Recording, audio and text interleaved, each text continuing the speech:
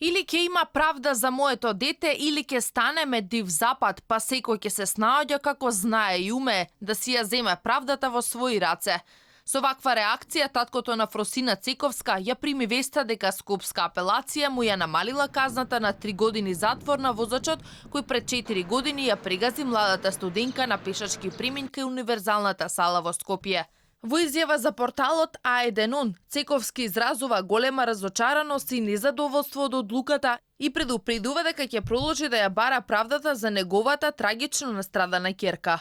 Тој вели дека болката е уште поголема од пред 4 години и е целосно неприфатлива толку ниска казна за човек кој, како што вели, со 160 км на час усмртил друг човек на пешачки премин и притоа избегал и не пружил помош.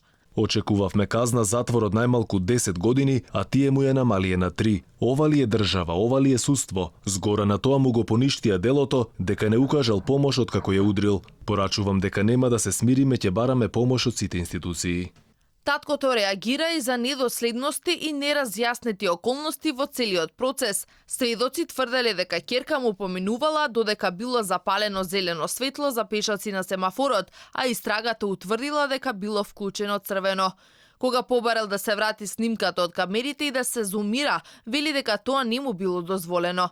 Во првичната постапка, кривичниот суд го осуди 29-годишниот Љубиша Видојковиќ на 6 години затвор, а апелација го врати случајот на повторно судење. Во повторениот судски процес, тој доби затвор од 4 години, за сега второстепениот суд да му ја намали казната на 3 години. Инаку, кај 29-годишниот Љубиша Видојковиќ биле утврдени 1,2 промили алкохол во крвта вечерта кога се случила несреќата.